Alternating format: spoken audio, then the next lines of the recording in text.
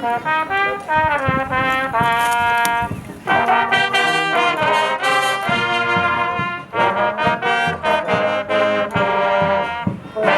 yangu sitaweza.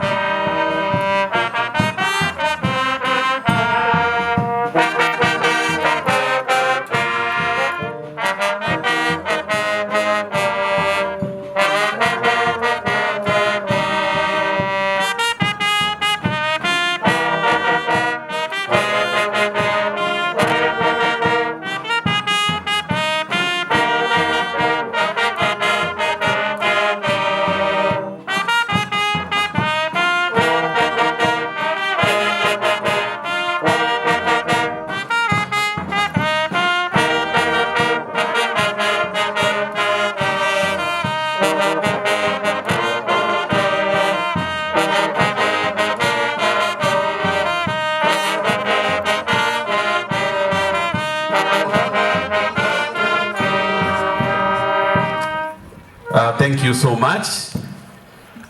Once again, baba ya Evans anataka kupigwa picha nao. Baba yake ni mwanamuziki, kijana alikuwa mwanamuziki. You can imagine huyo usuni yote ya papa mzazi. Sijui kama papa unataka wafanye moja at the request of the father.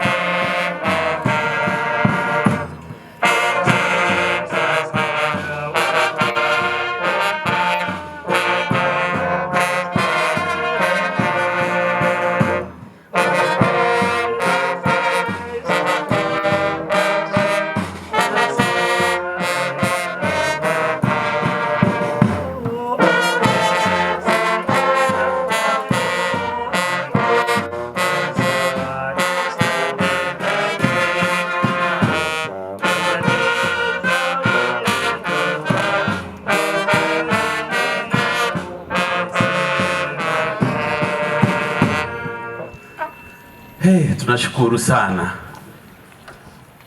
Umati mnaambia nini vijana wetu? Amina, Mungu awape nguvu, si ndio? Na wazazi mnaona huzuni. Vijana step back.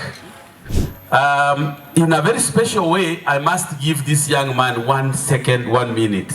Because this is the young man who was with Evans to the last minute before he went to sleep. He was teaching him. In fact, the following morning, his notes were still with Evans. He's a Form 4, but Evans identified him to support him kwa masomo yake. Keragoli is mourning, and therefore we give him 1 minute. I salute you all in the name of our Lord Jesus Christ. It is a sad day indeed, and just as I said yesterday, we are not here to be sorry. We are here to be thankful. We thank Evans for giving us a chance to be part of his life.